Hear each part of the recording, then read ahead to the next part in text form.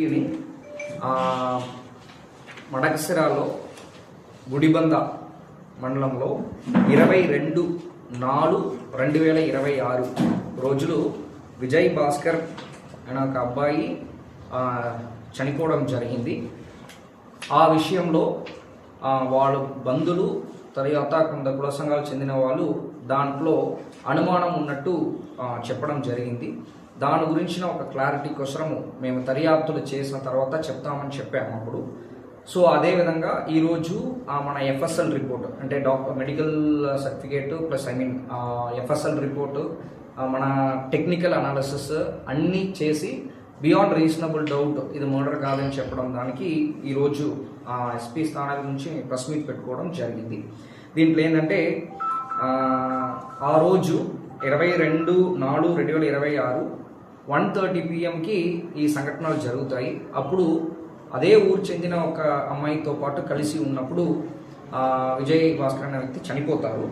చనిపోయిన వెంటనే ఎవరు అమ్మాయి ఉన్నారో వాళ్ళు బంధువులకి ఇన్ఫామ్ చేస్తారు. ఇన్ఫామ్ చేసిన తర్వాత వాళ్ళు తరపు నుంచి బంధువుల తరపు నుంచి పుట్టలింగప్ప, హనుమంతరాయుడు అండ్ హరీష్ ముగ్గురు కూడా జరిగిన స్పాట్కి వస్తారు. స్పాట్కి వచ్చి చూసినప్పుడు ఇమీడియట్గా విజయ్ భాస్కర్ని మన ఆర్ఎంబీ డాక్టర్ దగ్గర తీసుకుని వెళ్తారు. ఆర్ఎంబీ డాక్టర్ దగ్గర నుంచి మళ్ళీ గుడిబంద గవర్నమెంట్ హాస్పిటల్కి తీసుకుని వెళ్తారు. సో ఆ సమయంలో కూడా వాళ్ళు ఫొటోస్ తీసుకోవడం జరిగింది. ఆ ఫొటోస్లో చూసారంటే కాళ్ళలో ఎక్కడ కూడా గాయాలు ఉండదు. తర్వాత వాళ్ళ హాస్పిటల్లో చేరుకున్నప్పుడు కాళ్ళలో గాయాలు ఉంటాయి, అంటే ఫీట్లో మాత్రం ఉంటాయి.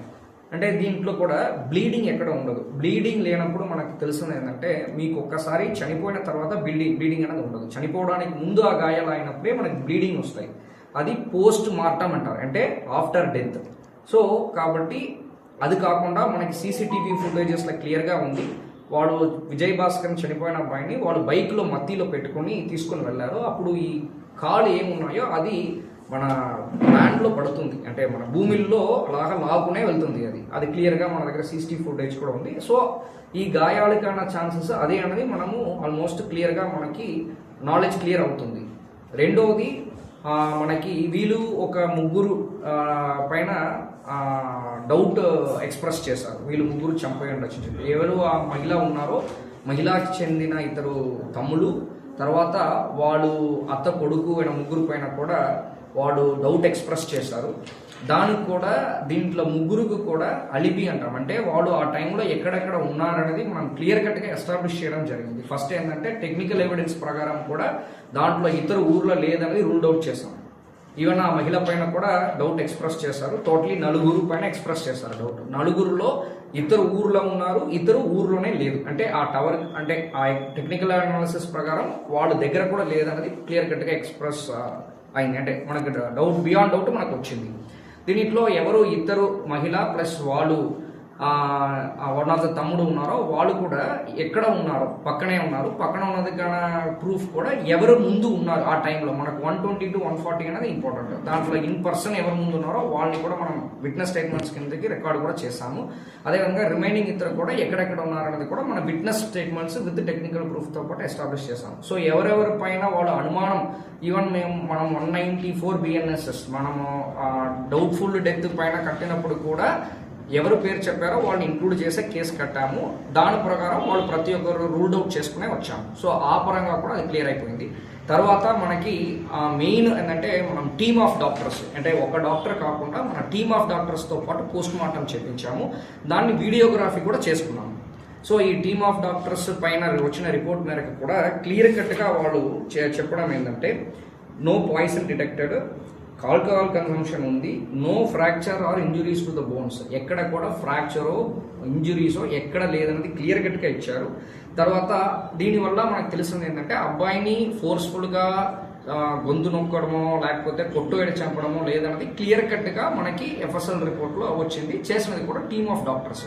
సో ఇదన్నీ కూడా క్లియర్గా అవుతుంది. కానీ ఆల్కహాల్ కన్సంప్షన్ అనేది ఉంది. అది కాకుండా కార్డియోమెగలీ అనేది హార్ట్ అబ్నార్మల్, కొన్ని హార్ట్ ఇంకా కొన్ని 50% పెద్దదిగా ఉంటాయి, అంటే మామూలు హార్ట్ అని చెప్పేసి. దానివల్ల ఏమైందంటే షార్ట్ ఆఫ్ అంటే ఊపిరి పీల్చుకోవడానికి చాలా ఇబ్బంది పడతారు యాక్చువల్లీ అనేది కొన్ని సమయంలో.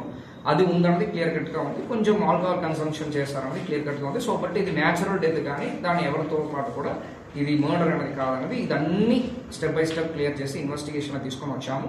ఇప్పుడు తర్వాత దర్యాప్తులు కూడా లోకల్ ఆఫీసర్స్ కాకుండా మనకి సతీష్ అని చెప్పేసి ఇన్స్పెక్టర్ గారిని సిసిఎస్ ఇన్స్పెక్టర్ గారిని మనము ఇన్వెస్టిగేషన్ ఆఫీసర్గా నెక్స్ట్ డే మనం అపాయింట్ చేయడం జరిగింది. సో ఎంటైర్ ఇన్వెస్టిగేషన్ కూడా మన ఇన్స్పెక్టర్ సతీష్ క్యారీ ఫార్వర్డ్ చేశారు. సో దాన్ని బట్టి అంటే ఎవరెవరికి దీంట్లో డౌట్స్ ఉన్నాయో ఆ డౌట్స్ అవసరం లేదు, ప్రతి ఒక్క పాయింట్ని క్షుణ్ణంగా పరిశీలించి ఇది మర్డర్ కాదు, ఇది న్యాచురల్ డెత్ అనేది క్లియర్ కట్గా మనం ఎస్టాబ్లిష్ చేయడం జరిగింది. ఒకవేళ ఇంకా ఇది ఆల్రెడీ నన్ను కలవడానికి నా పుట్టపర్తి వచ్చారు కొంతమంది, అందరికీ కూడా నేను పర్సనల్గా బ్రీఫ్ చేశాను. అప్పుడు ఎఫ్ఎస్ఎల్ రిపోర్ట్ రావట్లేదు, రిమైనింగ్ అన్ని నేను ఆల్రెడీ బ్రీఫ్ చేయడం జరిగింది. ఈ రోజు ఎఫ్ఎస్ఎల్ రిపోర్టు టెక్నికల్ అనాలిసిస్ కూడా రావడం జరిగింది. ఆ రెండు కూడా కలిపేసి అందరికీ డౌట్ అవసరం లేదు, ఆర్డీఓ ఆఫీస్కి వెళ్ళి రిప్రజెంటేషన్ ఇవ్వడం కూడా జరిగింది. సో అన్నిటికీ మేము మన తరపు నుంచి క్లియర్ కట్గా చెప్తున్నాము. ఇంకా ఏదైనా డౌట్స్ ఉందంటే కూడా లోకల్ ఆఫీసర్ అయినా ఎస్డిపిఓ వచ్చి కలిసినా మనం ఏదైనా ఎవిడెన్స్ ఉందంటే వాళ్ళకి చూపించి బ్రీఫ్ చేయడానికి కూడా మేము రెడీగా ఉన్నాం. Thank you.